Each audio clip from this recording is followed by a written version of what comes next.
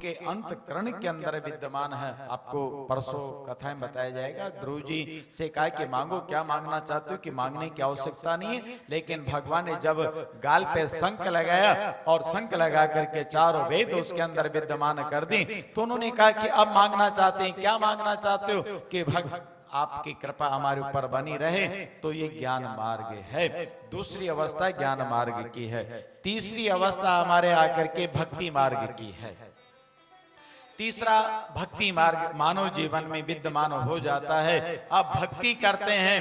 भक्ति क्या है? जिसके अंदर हमारी संलग्नता हो। हम उठते वक्त, बैठते वक्त, सोते वक्त मात्र उन्हीं का ही गुणानुवादन करें। जिस प्रकार हमारे परम आदरणीय परम सम्मानीय नाभाजी महाराज भोजन बना रहे हैं तो भगवान का वंदन, अगर यात्रा कर रहे हैं तो भगवान का वंदन, दर्शन कर रहे हैं तो भगवान का वंदन। तो यहाँ सब स्थान पे जहाँ पे हमें परमात्मा का वास प्राप्त हो जाए। अब तो परम आदरणीय परम सम्माननीय नारद जी ने ध्रुव जी से कहा कि हे बेटा, इन समस्त यक्षों को क्यों मार रहे हो?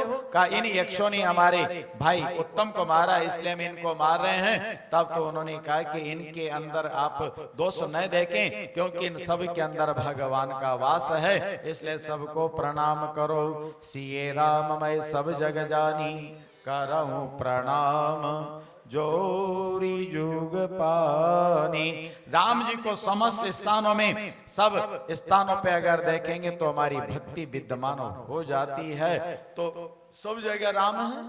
परम आदरणीय परम सम्माननीय भरत जी महाराज को पता चला कि भगवान श्री राम को वनवास हो गया है।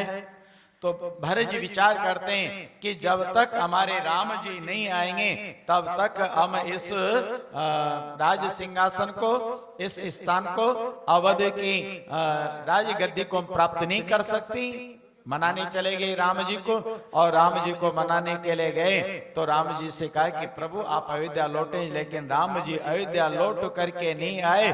तो भरत जी की भक्ति थी कि अगर आप अयोध्या नहीं लौट सकते हो प्रभु, तो आपकी चरण पादुकाएं दे दीजिए। आपकी चरण पादुका के अंदर भी हम राम जी का बंधन करेंगे, और बंधन करते करते इस अयोध्या की रक्षा, इस समस्त क्षेत्र की रक्षा करेंगे। तो चरण पादुका के अंदर राम जी की विद्यमानता समझी।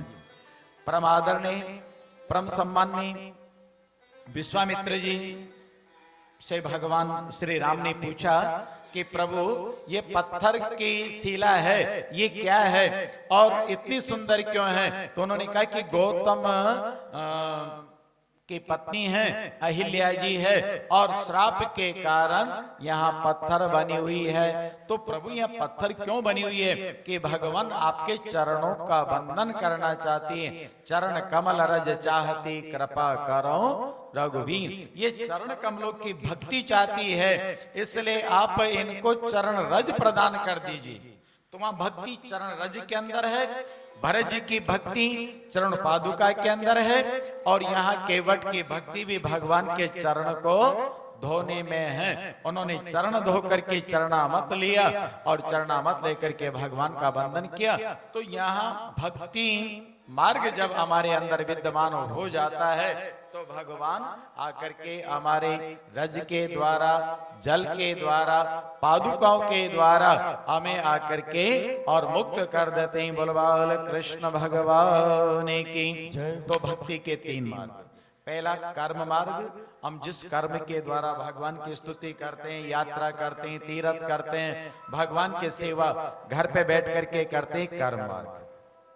ज्ञान मार्ग, जब हमारे ज्ञान की पराकाष्ठा हो जाती है, दूसरी अवस्था, तो उस समय हम मूर्ति पूजा को बंद कर देते हैं, यात्रा इत्यादि बंद कर देते हैं, दर्शन करना बंद कर देते हैं, पूजा पाठ बंद कर देते हैं, क्योंकि हृदय के अंदर परमात्मा का वास है। और भक्ति मार्ग, जब भरत जी की तरह हमें भक्ति प्राप्त हो जाती, तो उनके चरणों के द्वारा, संतों को देखा होगा, अपने भगवान के चरण रज सिर पे धारण करते हैं, तुलसी की कंठी धारण करते हैं। क्यों धारण करते हैं? कि अगर तुलसी धारण करेंगे तो गोविंद की प्राप्ति हो जाएगी। ये भक्ति मार्ग के अंदर विद्यमान है।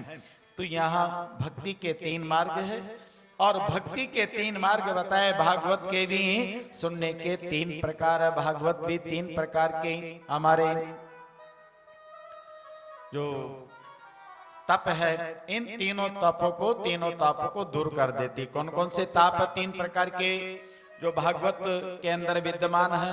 दैहिक ताप, भौतिक ताप और दैहिक ताप। तो दैहिक, दैविक और भौतिक 3 प्रकार के ताप है। उन तीनों तापों को दूर करने के लिए श्रीमद् भागवत की कथा इसलिए लिख दिया। सचिदानंद रूपाए विश्व उत्पत्ति हेतवे तापत्रे, 3 प्रकार के ताप, दैहिक, दैविक और भौतिक, इन तीनों तापों को दूर करने के लिए है ये श्रीमद् भागवत की कथा है। बड़ा सुंदर लिख दिया।